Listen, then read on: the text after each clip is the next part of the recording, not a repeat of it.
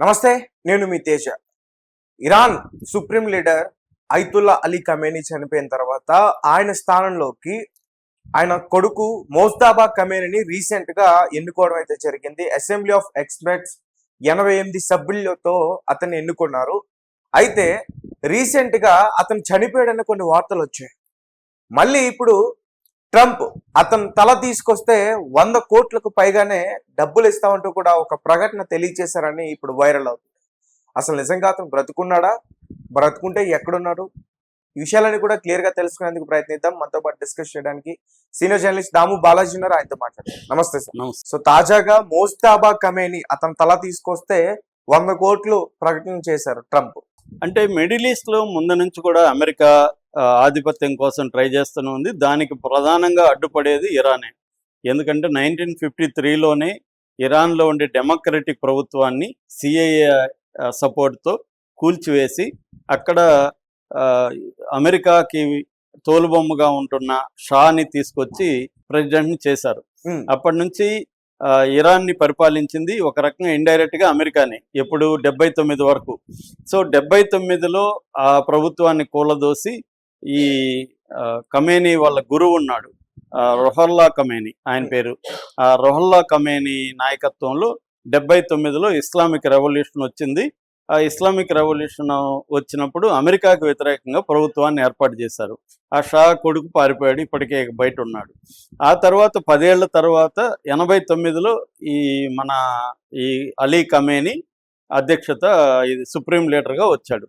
So 79 నుంచి కూడా Iran అమెరికాని తీవ్రంగా వ్యతిరేకిస్తుంది. అంటే గత 47 ఏళ్లుగా అమెరికాకి కొరుకుడు పడనిది దేశం ఏదన్నా ఉందంటే ఇరానే. ఇరాన్ని జయించలేరు, ఎందుకంటే గ్రౌండ్లోకి వెళ్ళి జయించలేరు. దానికి ఉన్న 2 వైపులా 2 అతిపెద్ద పర్వత శ్రేణులు ఉన్నాయి, తర్వాత 2 అతిపెద్ద ఎడారులు ఉన్నాయి. అతిపెద్ద దేశం అది, 17th largest country in terms of Geography. తర్వాత పాపులేషన్ 9 కోట్ల పాపులేషన్ ఉంది. వాళ్ళు యుద్ధాల్లో ఆరితేరిన పాపులేషను, ఎందుకంటే 80 నుంచి 88 వరకు ఇరాక్తో యుద్ధాలు చేశారు వాళ్ళు. తర్వాత సిరియాలో వీళ్ళు యుద్ధాలు చేశారు. తర్వాత ఇజ్రాయెల్తో ఇండైరెక్ట్గా యుద్ధాలు చేశారు. సో వాళ్ళకి మిలిటరీ పరంగా నాలెడ్జ్ ఉంది, స్ట్రాంగ్ డిఫెన్స్, దాన్ని మొజాయిక్ డిఫెన్స్ సిస్టమ్ అంటారు, చాలా స్ట్రాంగ్గా ఉంది.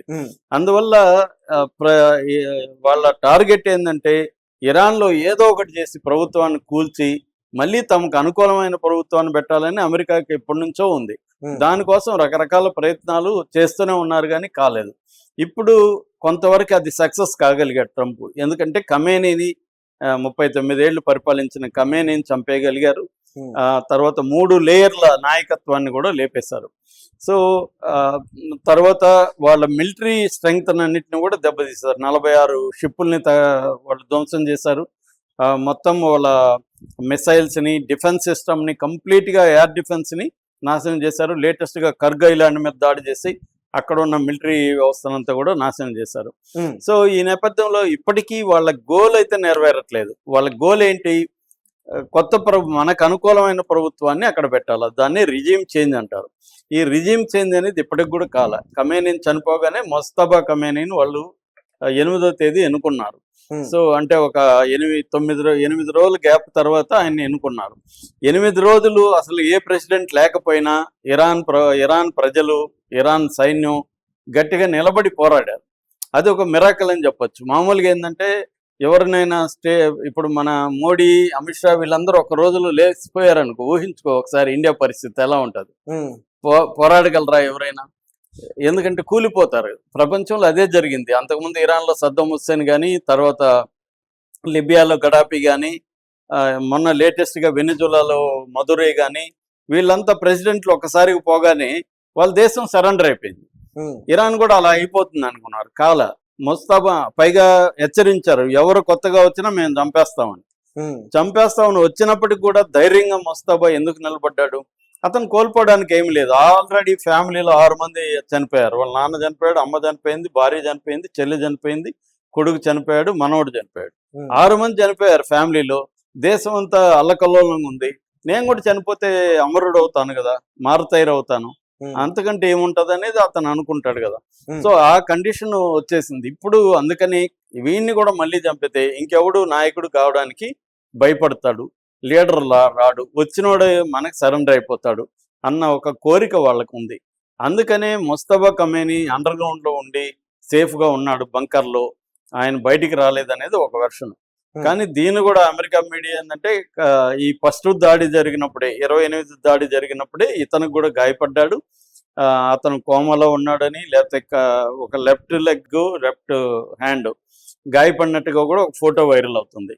సో కానీ ఇవన్నీ అబద్ధం అని నిన్న అతను ఒక ఆడియో సందేశం కూడా పంపించాడు ముస్తఫా.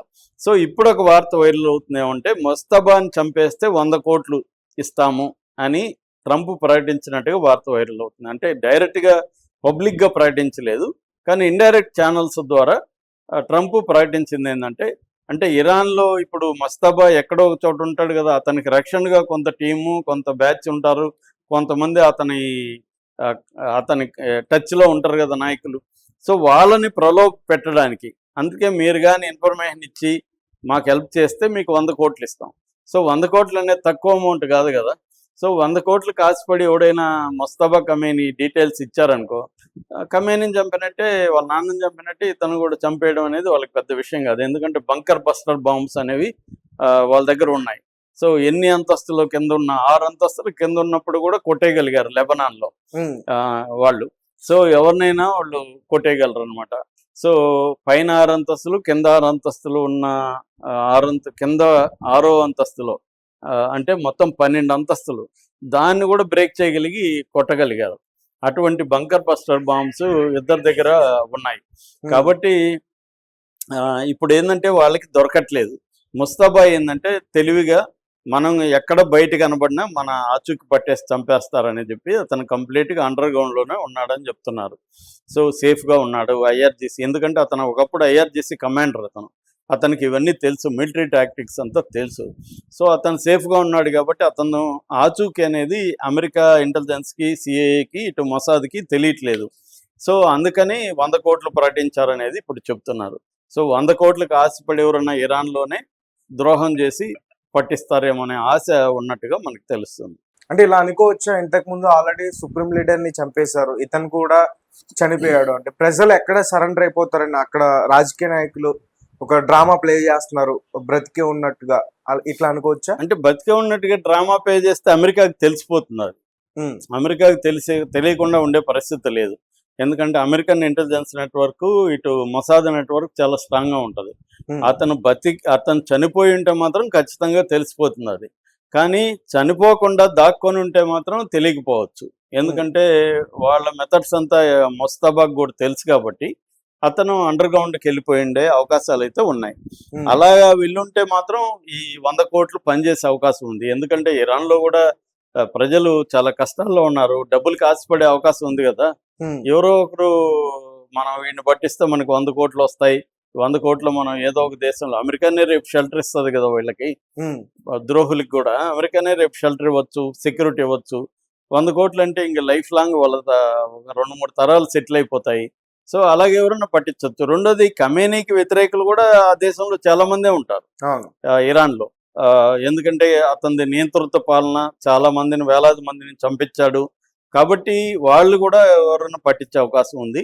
అందుకని ఈ అమౌంట్ ప్రకటించినట్టుగా చెప్తున్నారు.